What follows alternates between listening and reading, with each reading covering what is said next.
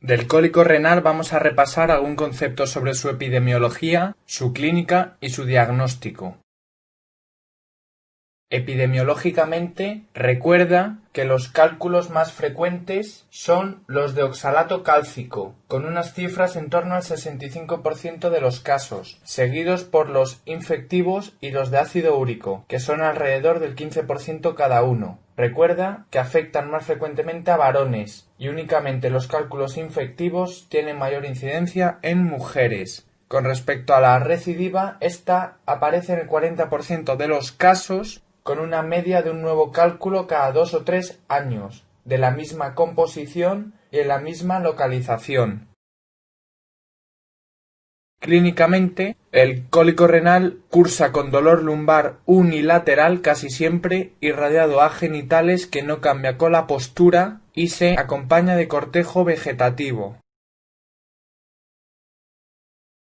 Para el diagnóstico, principalmente vamos a utilizar la clínica y la radiografía de abdomen como primera prueba diagnóstica. Si en la placa no vemos litiasis, no quiere decir que podamos descartarla, ya que hay litiasis radiotransparentes.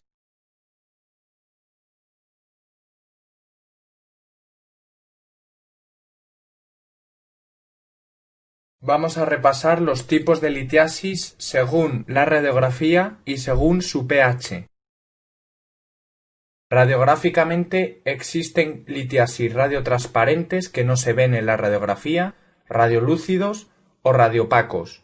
Los cálculos radiotransparentes responden a la regla de los indios Sioux, ya que la S proviene de sulfamidas, la I de indinavir, la U de ácido úrico y la X de xantinas.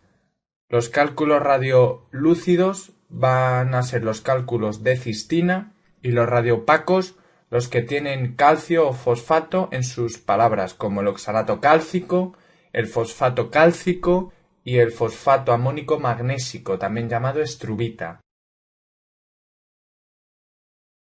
Según el pH, las litiasis se pueden dividir en cálculos o litiasis ácidas o alcalinas. Las ácidas son las de ácido úrico y la de cistina, y las alcalinas son las que tienen un fósforo en su composición, como el fosfato cálcico y el fosfato amónico magnésico o estrubita. Recuerda que al oxal el pH le da igual. El oxal nos referimos al oxalato cálcico.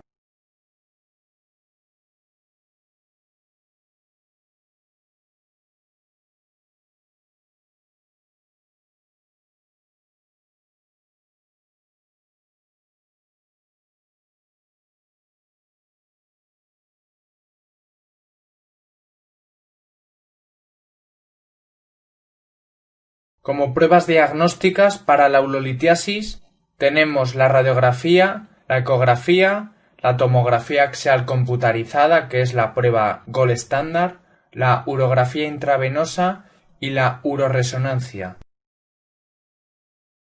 Casi todos los cálculos se ven en la radiografía de abdomen, porque los de oxalato cálcico son los más frecuentes, recuerda el 65% de los casos, y los de estrubita son un 15%, y son los cálculos radio-opacos. En total suman un 80%, esto es la mayoría, por tanto.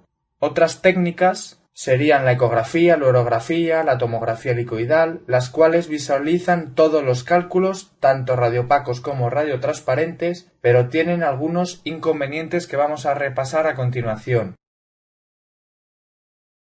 La ecografía no visualiza bien la parte central del uréter, ya que este está muy profundo. Por tanto, una litiasis localizada en esta posición, la ecografía no la va a ver. La tomografía axial computarizada sería, como ya hemos dicho, el gold estándar para visualizar litiasis, pero es una técnica muy cara.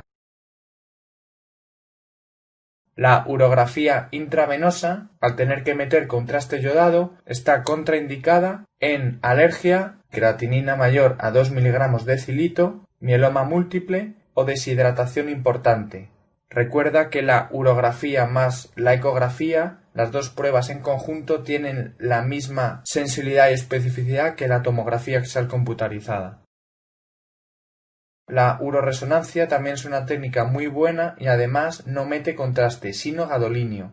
Por tanto, aunque la TAC es la prueba gold estándar en insuficiencia renal, se preferiría la uroresonancia, porque la TAC también tiene contraste y además la uroresonancia también permite ver un estudio urodinámico, a diferencia de la TAC. El tratamiento en la fase aguda va a ser un tratamiento combinado sintomático, específico para expulsar el cálculo, un tratamiento al alta hospitalaria y un tratamiento específico si el cólico es complicado. Para el tratamiento sintomático, esto quiere decir quitar el dolor, vamos a utilizar los antiinflamatorios no esteroideos normales y los espasmolíticos. Para el tratamiento expulsivo se van a utilizar los corticoides a dosis bajas y los alfa bloqueantes. Al alta hospitalaria, el paciente va a irse con una hidratación abundante y analgesia, porque la mayoría se expulsan solos. Si el cólico es complicado, esto es, si existe una obstrucción severa mayor de 1 centímetro, fiebre elevada, dolor incontrolable o riñón único, no se debe dar el alta y se debe seguir el estudio con una ecografía de la vía urinaria. En esta ecografía, si veo una dilatación de la vía urinaria, debemos derivar la orina con un catéter doble J o una nefrostomía.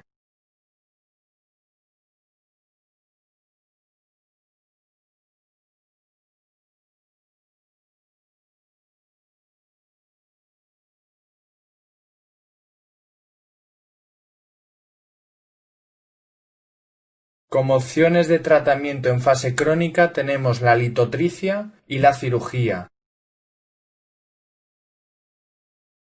Con respecto a la litotricia, recuerda que sirve para cualquier tipo de litiasis. Como contraindicaciones absolutas, vamos a tener el embarazo, la obstrucción distal, la infección activa y el riñón no funcionante.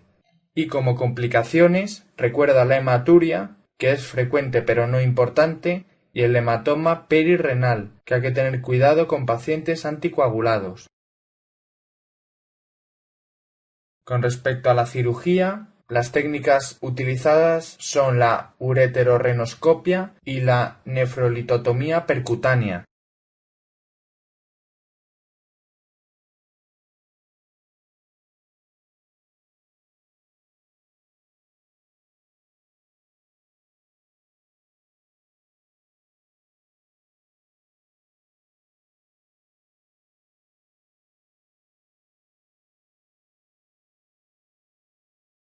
En este punto vamos a hablar un poquito del tratamiento específico de la litiasis cálcica, la litiasis infectiva y la litiasis úrica y la litiasis cistínica.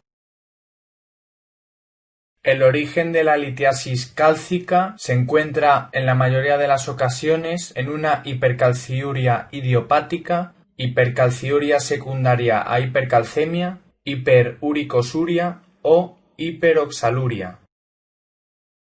La hipercalciuria idiopática ya hemos dicho que es la causa más frecuente y su tratamiento consta de hidratación abundante y tiacidas. Recuerda que las tiacidas lo preguntan muchísimo en el MIR como tratamiento de la hipercalciuria idiopática.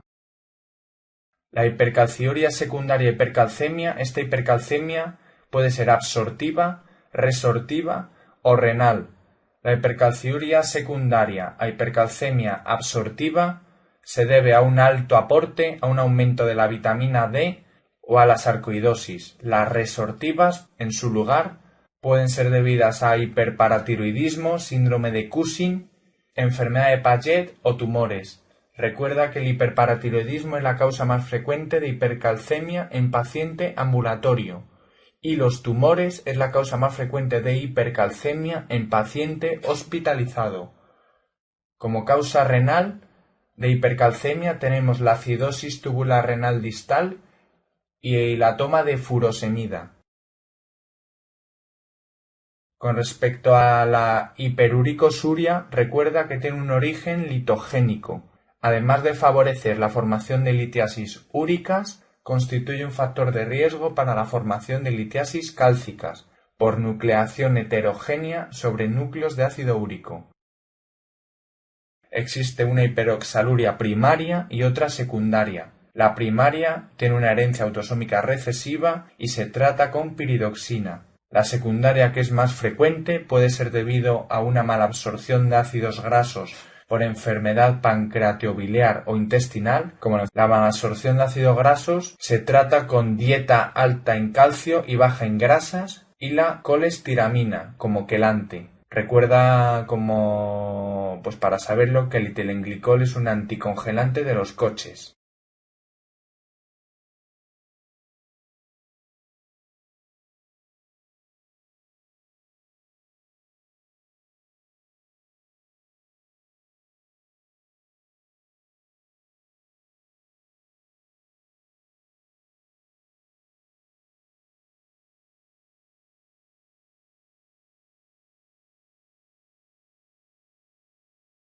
De la litiasis infectiva ya hemos dicho que, al igual que la situs, son más frecuentes en mujeres. Vamos a repasar un poquito sobre esta litiasis infectiva, de qué composición está hecho el cálculo, los gérmenes productores de ureasa, que son los gérmenes que provocan este tipo de litiasis, los factores de riesgo y su tratamiento. El cálculo es un cálculo de fosfato amónico magnésico o estrubita. Los gérmenes productores de ureasa son los que van a formar este tipo de litiasis infectivas, como el Proteus. Están favorecidas por las orinas alcalinas y los cuerpos extraños, y su tratamiento va a constar en acidificar la orina. Como se cree que es una infección del Proteus, hay que dar penicilinas 3 meses y unos inhibidores de la ureasa, como el ácido propiónico y el ácido acetohidroxámico.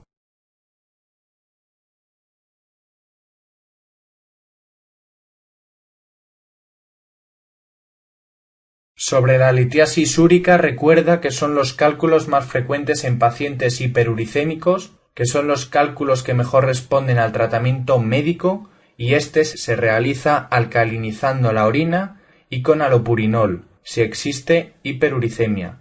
La alcalinización de la orina se hace con citrato potásico, con bicarbonato o con acetazolamida.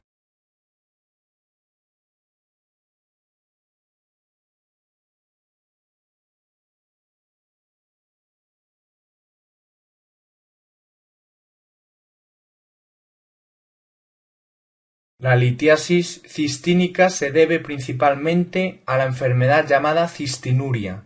Se trata de una enfermedad de herencia autosómica recesiva en el que hay un defecto de absorción a nivel intestinal y túbulo proximal de aminoácidos dibásicos. Esto recuérdalo con las siglas de COLA, como Coca-Cola, porque los aminoácidos dibásicos son la cistina, C de cistina, O de ornitina, L de lisina y A de arginina, COLA. Para el diagnóstico vamos a tener que identificar cristales hexagonales en la orina, y para el tratamiento se utiliza hidratación abundante, alcalinización de la orina y la D-penicilamina, si no hay respuesta.